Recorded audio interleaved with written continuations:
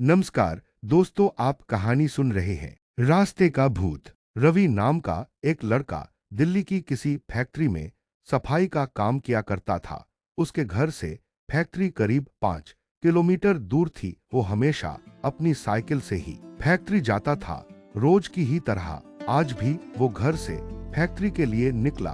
उसे रास्ते में पड़ने वाले एक चौराहे पर एक लड़की दिखी जो उसे गुस्से में घूर रही थी। लड़के ने भी उसे देखा और फिर मुंह फेरकर फैक्ट्री चला गया। अगले दिन भी सुबह वो लड़की उसी जगह पर खड़ी थी और रवि को घूर रही थी।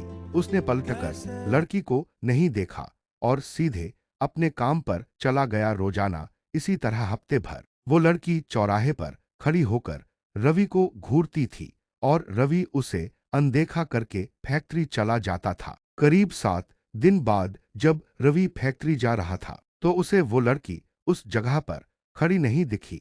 रवि के मन में हुआ कि आखिर क्या हुआ होगा कि वो लड़की वहां नहीं है। रवि ने सोचा कि उस लड़की से कुछ पूछने या बात करने में भी डर लगता था क्योंकि वो बुरी तरह से घूरती थी। इन्हीं ख्यालों के साथ वो फैक्ट्री पहुंचा और साफ सफाई करके शाम को घर लौट गया। वो लड़की एक हफ्ते तक उस चौराहे पर नहीं दिखी। एक दिन जब शाम को वो लड़का घर पहुंचा तो उसे अपने बेड पर एक चिट्ठी दिखी।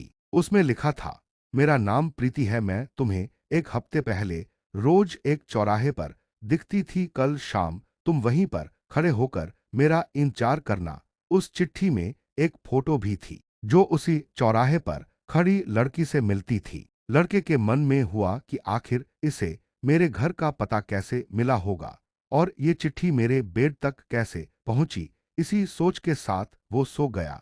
अगले दिन उठकर जब काम में जाने लगा तो उसे चिट्ठी वाली बात याद आ गई। साइकिल से वो सुबह फैक्ट्री पहुंचा और दिन भर उसी लड़की के बारे में सोचता रहा। शाम को वो उस चौराहे पर पहुंचकर उस लड़की का इंतजार करने लगा। काफी देर हो गई लेकिन वो आई नहीं। रवि इंतजार करके थक गया था, इसलिए वो घर की ओर निकल गया। घर पहुंचते ही उसने सोचा कि क्यों न चिट्ठी पर लिखे हुए पते पर जाकर ही उस लड़की से मिल लिया जाए। रात होने को थी, इसलिए उसने सुबह सुबह उस लड़की के घर जाने की सोची। सुबह होते ही जल्दी तैयार होकर रवि चिट्ठी पर लिखे पते पर पहुंच गया।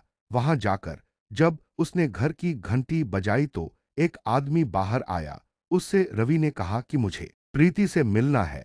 यह सुनते ही वह व्यक्ति चौंक गया। जवाब में उसने पूछा, क्या प्रीति से मिलना है? उसे मरे हुए तो 2 महीने हो गए हैं, तुम्हें अब उससे क्या काम? याद आ गया। यह सुनते ही रवि के होश उड़ गए। डर के मारे शरीर कांपने लगा। किसी तरह खुद को संभाल कर रवि घर पहुंचा और चिट्ठी को जला दिया। उसके मन में कई तरह के सवाल उठने लगे। उसने सोचा कि वो लड़की जो मुझे रोज दिखती थी वो भूत थी। मुझे एक भूत ने चिट्ठी भेजी थी। यही सोचकर वो घर में दुबक कर बैठ गया। उस दिन से रवि ना तो रास्ते में किसी को देखता था और न ही किसी अनजान इंसान के बारे में सोचता था। कहानी से सीख, किसी अनजान इंसान के बारे में सोचना नहीं चाहिए और बिना किसी व्यक्ति की सही जानकारी के उसके घर तो बिल्कुल नहीं जाना चाहिए। की कहानी समाप्त हुई। आपको यह कहानी कैसी लगी कमेंट बॉक्स में